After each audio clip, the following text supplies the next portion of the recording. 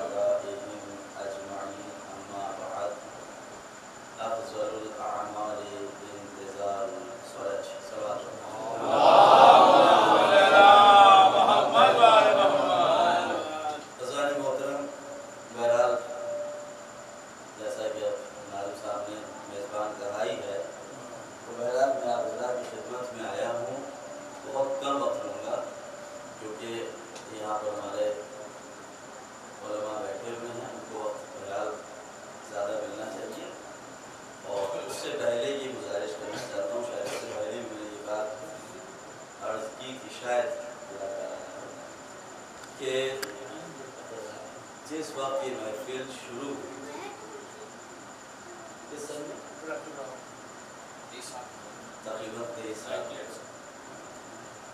اور اس وقت میں مدرسے سے ملاقاتیں میں پڑھتا تھا، آتا تھا، یا اس کے بعد بھی مدرسے سے آئے۔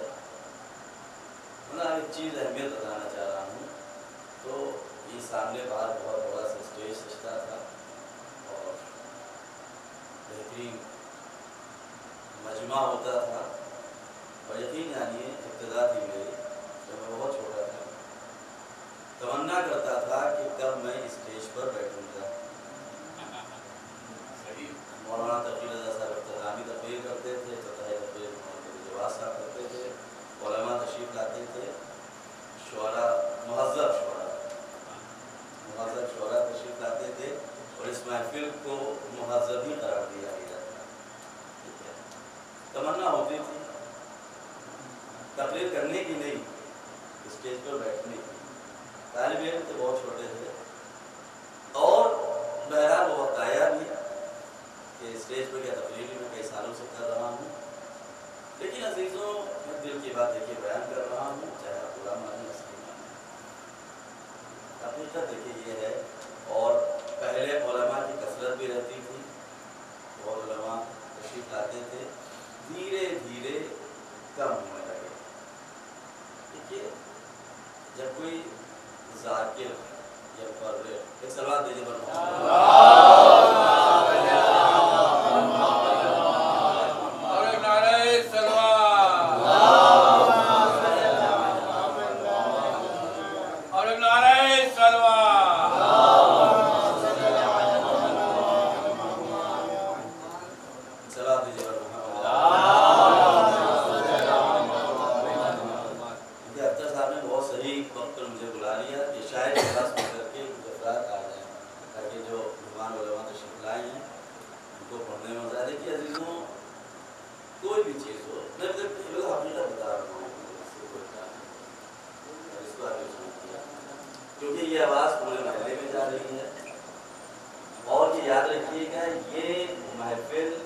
رئیس منزل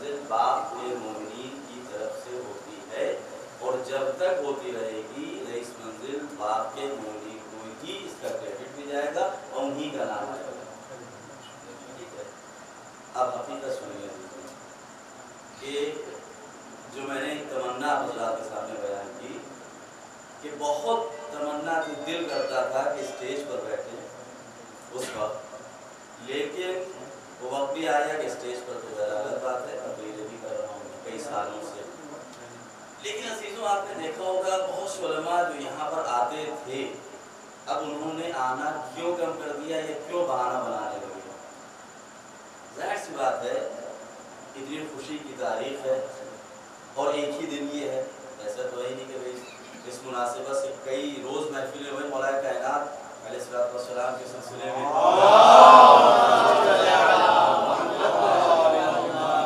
کئی دن محفلیں ہوتے، لیکن عید زہرا کی صرف ایک محفل ہے۔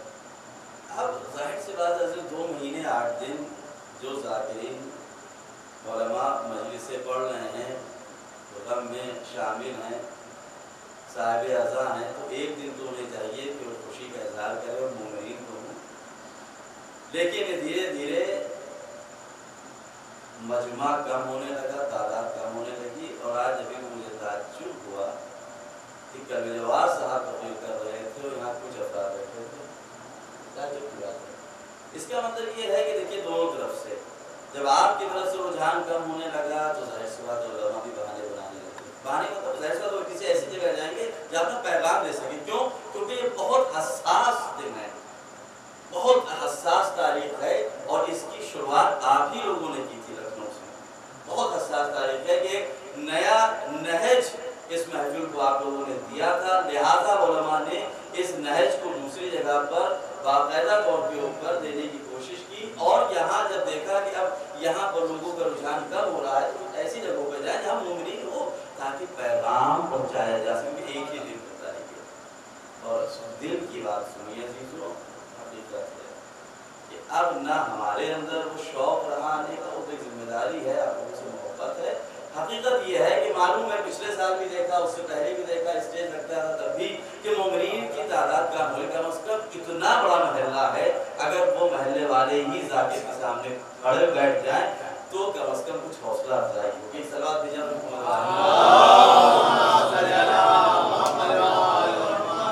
بہرحال میری تقریر میں نہیں، باقی علماء آ رہے ہیں، ان کی تقریر آپ کم از کم سامنے بیٹھیے، آئیے، تاکہ مطلب ایسا لگ رہا ہے کہ کچھ دنوں میں، کچھ سالوں کے اندر، کچھ برسوں میں دوسری جگہ جو یہاں سے دیکھ کر کے گئے ہیں بہترین محفلیں ہو رہی ہیں، اور یہاں کہیں ایسا نہ دھیرے دھیرے بالکل ختم ہو جائے۔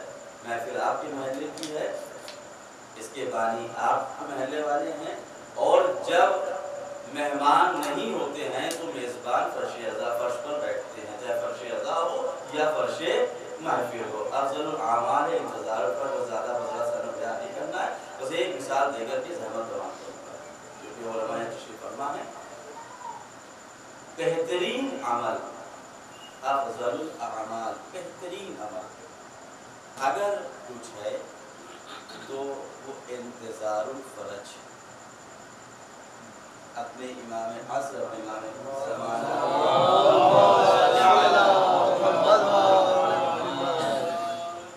ان کے ظہور کا انتظار کرنا۔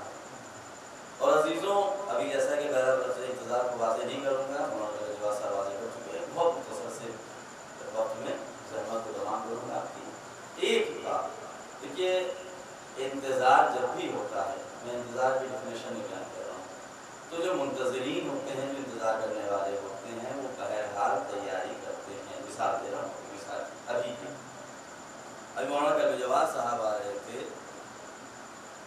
تو جب یہاں سے گاڑی جانے لگی تب بھی میرے پاس فون آیا، پھر وہاں سے جب کلب جواز صاحب گاڑی بیٹھ کے نکلنے لگے تب بھی فون آیا، جب میں یہاں پر اپنی گاڑی سے آ گیا تب بھی فون آیا، توجہ چاہتا ہوں، اور لوگ باقاعدہ روڈ پر یہاں سے نکل کے چلے گئے، کھڑے ہو گئے، کس چیز کے لیے؟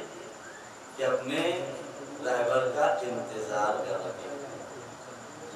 ابھی کی مثال ہے، یعنی سب لوگ چلے گئے، کیوں؟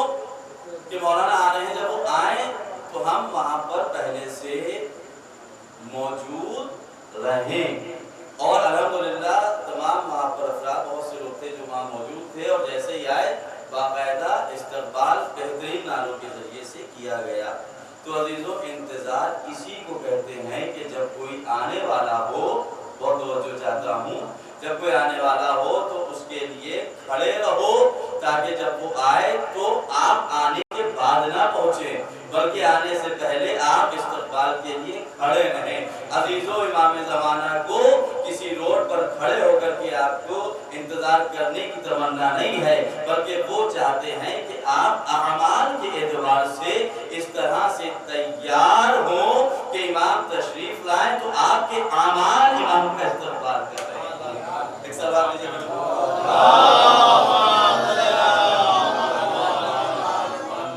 غالباً 2 یا 3 سال پہلے میں نے ایک مثال آپ کے محلے میں شاید کسی مجلس میں یہ پڑھی تھی، بس وہی مثال اور بات واضح کر کے زحمت کو تمام کروں گا۔ عزیزوں جہاں تک مجھے یاد آ رہا ہے شاید اسی محلے میں پڑھی تھی یہ بات، ذرا فذکر نفعات ذکر، تذکرہ ہونا چاہیے کیونکہ تذکرہ بار بار یاد دلانا فائدہ بخش ہوتا ہے۔ مثال ہے، ایک شخص نے اپنے بیٹے سے وعدہ کیا، وعدہ یہ کیا کہ اگر تم 100% پریزنٹ رہو گے اپنی کلاس میں تو ہم تمہیں ایک لیپ ٹاپ دیں گے۔ 100% اپنی کلاس میں پریزنٹ کی بات کریے، ایبسنٹ نہیں ہونا چاہیے 1% بھی۔ اس بچے نے کہا پرومس، اس کے بارے میں وعدہ کر رہا ہوں تم سے، لیکن شرط یہ کہ 100% اٹینڈنس ہونا چاہیے۔ وہ بچہ مطمئن ہو گیا کہ آپ کو خوش ہے کہ 100% اٹینڈنس ہوگی تو ہمیں لیپ ٹاپ ملے گا۔ بہرحال جس کو کوئی چیز نہیں ملتی اس کی اہمیت ہوتی ہے۔ اب وہ بچہ اسکول جانے لگا، کلاس اٹینڈ کرنے لگا، اور جب رزلٹ آیا دیکھیں پورے سال وہ پابندی سے کلاس گیا، پابندی سے 100% رزلٹ 100% اٹینڈنس کی رپورٹ کارڈ میں آئی۔ اب یہ جو بیچارہ جس نے وعدہ کیا تھا اپنے بیٹے سے، وہ اپنی حیثیت سے اوپر جا کر اس نے بچے سے وعدہ کیا تھا، غریب تھا، اس طرح سے نہیں تھا کہ بس پیسے نکالے جا کر کے خریدتے، نہیں، بڑی پریشانی تھی۔ ایک لیپ ٹاپ دینے کے لیے شاید اس کو سال بھر نہ جانے کہاں کہاں سے خرچ کو، سیونگز کو روکنا پڑا، سیونگز کرنا پڑی۔ بات جلدی واضح کرنا چاہتا ہوں تو پہلا زارِ محترم، اب وہ وقت آیا، بیچارہ انسان ہے، وہ اپنی طرف تیاری کر رہا ہے، اپنے خرچے روک رہا ہے، تمام چیزیں، اس کی حیثیت نہیں ہے لیپ ٹاپ دینے کی، لیکن وعدہ کر لیا۔ اب زارِ محترم آپ یہ بتائیے کہ اس شخص نے جو وعدہ کیا تھا وہ کس کو وجہ سے کیا تھا؟ صرف اس وجہ سے کہ بچہ خالی کلاس روم میں جائے؟ نہیں نا، وعدہ کیوں کیا تھا؟ تاکہ جب کلاس میں جائے گا، کلاس روم میں اٹینڈنس اس کی رہے گی، اٹینڈ کرے گا تو بچہ مارکس بھی بہت اچھے لائے گا۔ مقصد کلاس میں 100% اٹینڈنس نہیں تھی، مقصد تھا سبجیکٹ کو سمجھ کر کے بہترین مارکس کے ساتھ کامیابی حاصل کرنا۔ جب سال گزر گیا وہ بچہ خوشی خوشی اپنے والد کے پاس آیا، اور آنے کے بعد اس نے اپنے والد کے ہاتھ میں رپورٹ کارڈ رکھا، اور رکھنے کے بعد اس نے ساری چیزوں کو ہٹا دیا کہ یہ دیکھیے بابا ہماری اٹینڈنس 100% ہے۔ اور جو ہے نا ساری چیزوں کو اس نے چھپا لیا، صرف اس نے اٹینڈنس دکھائی۔ اب والد کہہ رہے بیٹا ہاتھ تو ہٹاؤ، کہا نہیں یہ دیکھیے آپ، کہا مجھے مارکس تو دیکھنے دو، کہا نہیں یہ دیکھیے آپ نے وعدہ کیا تھا نا کہ اگر 100% اٹینڈنس ہوگی تو آپ مجھے لیپ ٹاپ دلائیں گے، تو جائیے میرے لیے لیپ ٹاپ لے کر کے آئیے۔ ہم نے آپ کی بات مانی اور 100% اٹینڈنس لگائی کلاس میں اٹینڈ رہا، لہذا آپ اپنا وعدہ پورا کریے۔ والد نے کہا بیٹا میرے لال رپورٹ کارڈ تو دو۔ اب جو رپورٹ کارڈ لیا تو کیا دیکھا، مثلا 6 سبجیکٹ تھے، ہندی میں 12 مارکس، انگلش میں 15، خلاصہ یہ کچھ سبجیکٹ ایسے تھے کہ 0 تھے۔ میں نے کہا یہ کیا؟ اب باپ کے والد کے تھے وہ بدل گئے، یہ کیا؟ اب وہ ناراض ہو گیا والد۔ اب یہ لڑکا کہہ رہا ہے آپ نے وعدہ خلافی کی وعدہ کرتے ہیں پر آپ پورا نہیں کرتے۔ اتفاق سے وہ اپنے کسی رشتہ دار کے پاس گیا, بولا کہ چلیے میں نے فیصلہ کیجیے, میرے والد نے, میرے بابا نے مجھ سے وعدہ کیا تھا کہ اگر تم 100% حاضری دو گے کلاس میں تو ہم تمہیں لیپ ٹاپ دیں گے. وہ بیچارے چچا آئے اور آنے کے بعد مثلا دادا کے پاس چلا گیا, دادا آئے اور آنے کے بعد بیٹے سے کہنے لگے کہ تم نے میرے پوتے سے وعدہ کیا تھا, کہاں کیا تھا, لیکن یہ بتائیے میں نے یہ جو 100% اٹینڈنس کا وعدہ کیا تھا اسی لیے تو کیا تھا کہ کلاس میں جانا تو صرف جسمانی طور پر حاضر نہ ہونا بلکہ ذہنی طور پر بھی حاضر ہونا. شرط یہ تھی, اور ذہنی طور پر حاضر ہونے کس کے لیے کہا تھا, کیونکہ جب ذہنی طور پر حاضر ہوگے تو جو استاد لیکچر دے رہا ہے, جو سبجیکٹ پڑھا رہا ہے, تم اس کو سنو گے, سمجھو گے, اور جب سمجھو گے, جب امتحانات آئیں گے تو بہترین مارکس سے تم کامیابی حاصل کرو گے. یہ دیکھیے اس بدبخت نے اٹینڈنس تو 100% لگائی تھی, لیکن یہ 6 میں سے 4 میں تو 0 لے کر کے آیا ہے, اور 2 سبجیکٹ میں کسی میں 12 ہے, کسی میں 5 ہے. اب وہ دادا بھی اس بچے کو, اس پوتے کو ڈانٹنے لگیں گے کہ بیٹا اٹینڈنس کا مطلب یہ نہیں تھا کہ تم خالی حاضر ہو جاؤ, نہیں, جسمانی طور پر بھی حاضر ہونا تھا, روحانی طور پر بھی حاضر ہونا تھا, اور ذہنی طور پر بھی حاضر ہونا تھا, تاکہ تم عمل کر سکو اور عمل میں کامیابی لا سکو. عزیزان محترم, کہیں ایسا تو نہیں ہے کہ ہمارے, میں اپنی بات کر رہا ہوں, کہیں ہمارے ذہن میں بھی یہی بیٹھ گیا ہو کہ مجلسوں میں 100% حاضری ہونا چاہیے ہے, تقریروں میں 100% حاضری ہونا چاہیے ہے, انجمنوں میں 100% حاضری ہونا چاہیے ہے, پوری رات انجمنوں میں جا کر کے وعدہ کریں گے, شبداری کریں گے, نوحہ کریں گے, ماتم کریں گے, اور جب رپورٹ کارڈ امام کے سامنے آئے گا, امام دکھائیں گے, تو معلوم یہ ہوگا کہ یہ حاضر تو سب میں تھے, نماز میں 0 تھے, روزے میں 0 تھے, شراب پینے میں سب سے آگے تھے, واجبات کو پورا نہیں کر رہے تھے, محرمات انجام دے رہے تھے, تو امام رپورٹ کارڈ پھینک دیں گے, اور جو جنت کی شفاعت کا وعدہ کیا ہے امام انکار کرتے ہوئے نظر آئیں گے. بھاگ جائے یہاں سے.